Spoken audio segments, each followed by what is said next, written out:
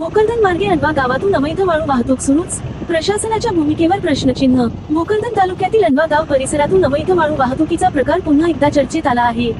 गावातून भरधाव वेगाने वाळूने भरलेली टिप्पर जात असल्याचे नागरिकांचे म्हणणे असून या वाहतुकीमुळे रस्त्यांची दुरवस्था, अपघातांचा धोका आणि पर्यावरणीय नुकसान वाढत असल्याची तक्रार होत आहे। स्थानिक नागरिकांच्या मते दिवस रात्र वाळू वाहतूक सुरू असूनही संबंधित यंत्रणा याकडे दुर्लक्ष करत असल्याचा आरोप केला जात आहे।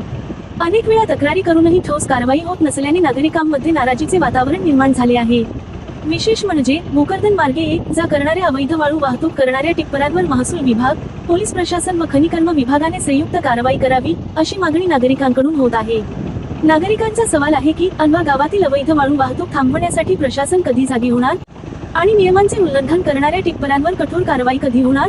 दरम्यान संबंधित विभागांनी या प्रकरणाची गंभीर दखल घेऊन चौकशी करावी व दोषींवर कायदेशीर कारवाई करावी अशी मागणी जोर धरत आहे।